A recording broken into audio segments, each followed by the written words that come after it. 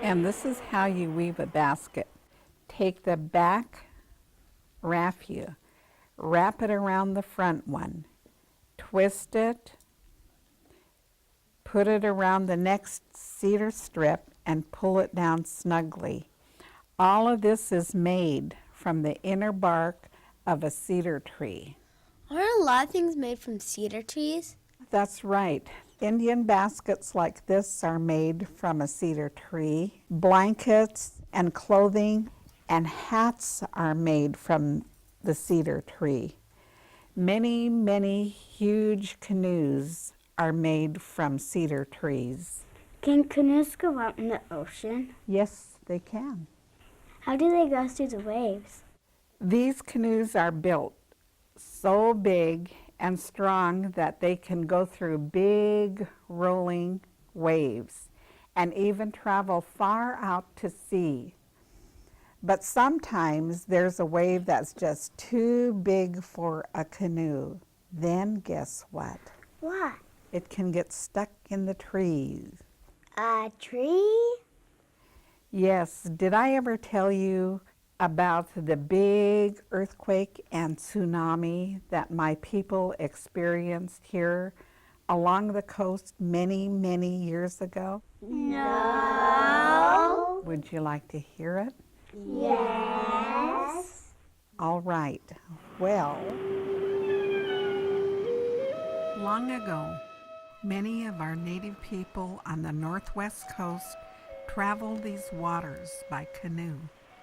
Some of our tribes fished for salmon upriver in them, and others traveled far out into the ocean in big canoes to hunt for whales. Canoes were made from tall cedar trees.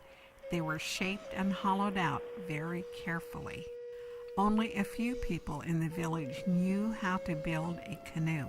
One of the best canoe carvers was Kamayak. He was well respected for his work. He and other men in the village would go deep into the forest, far into bear country, to cut down trees. His son Obi wanted to grow up and be just like him, brave and strong. But nobody thought much of Obi because he was so small for his age and would freeze in terror whenever he heard any loud animal noises. What's that? The other children would laugh at him and call him the scared one. Look at Obi, he's so scared.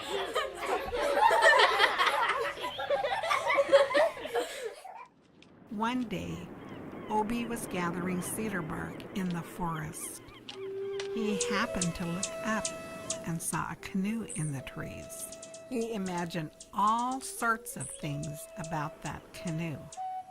Sometimes when special people died, they would be put into a burial canoe, which was lifted high up in the trees. Maybe there's an important chief buried up there. Or maybe it's a bird that didn't see where it was going and got caught in the trees and then turned into a canoe. Maybe my father knows. Father, how did that canoe in the woods get to be way up in the trees?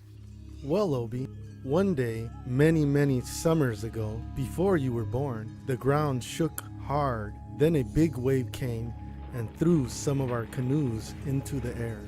One ended up stuck in the trees. Just before the shaking started, we heard bears howling in the woods. That's why when you hear bears howling and then the earth shakes, as soon as the shaking stops, you must run away from the water and up to high ground. A big wave is coming. big wave? Ground shaking? A bear howling? Oh no! Obi wondered if he would even be able to run if he heard a bear howl.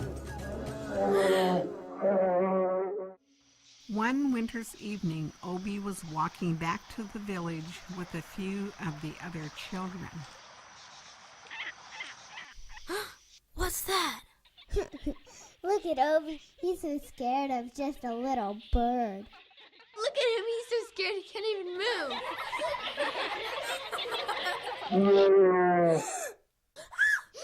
Oh! Bears! They've awakened from their deep sleep. Obi remembered the warning of his father. A big wave may be coming. I must run the village.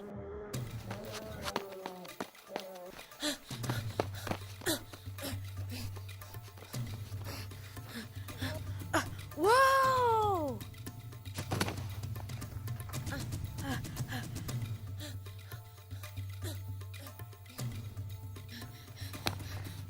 Father, we heard bears howling in the woods. Bears? How can that be, Obi? Bears are asleep now. It's winter. But Father, I heard them. I really did. Maybe a big wave is coming, just like you said. I'm not sure what you heard, Obi. Kamayak didn't tell him the real reason he didn't believe him. How could Obi, who freezes at any loud animal noise, have the courage to run back to tell him if they were indeed bears? Oh, Kamayak. That canoe looks fine and strong. Oh, hello, Obi.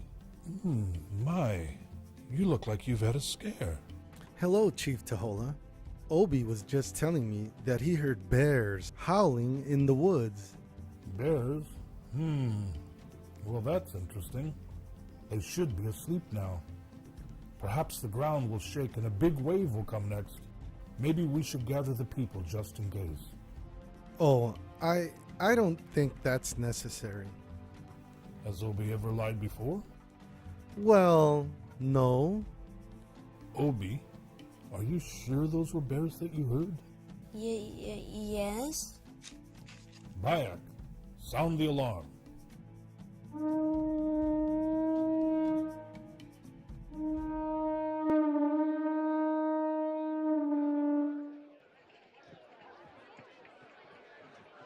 Attention, everyone.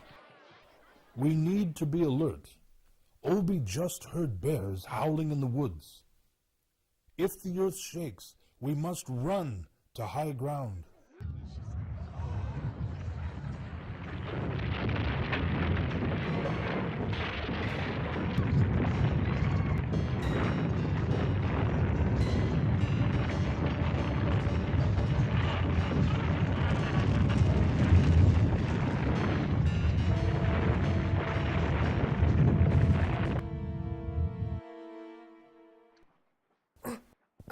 Are you all right, son?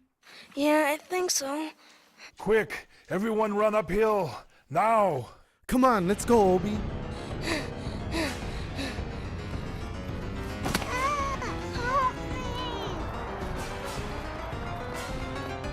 Come on! Look!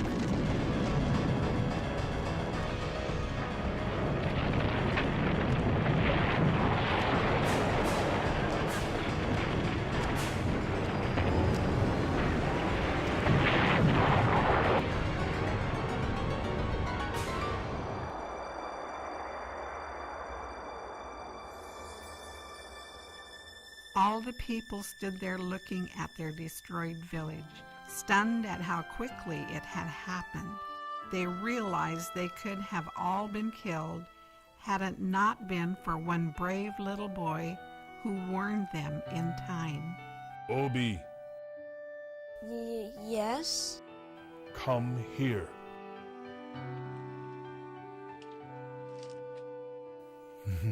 Well done, Obi. Well done. We are all very proud of you. When they were able to rebuild the village and their long houses again, A big potlatch was held. Everyone was invited. Obi was the guest of honor, and his bravery was celebrated by the whole tribe.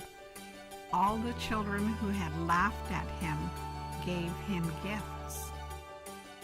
His very best gift was a new name. From that day on, his name was changed from Obi to the Brave One.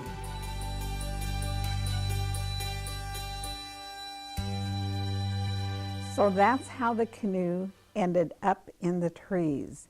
And Obi lived on to be the best and the bravest canoe carver in the village. Wow, that's a great story.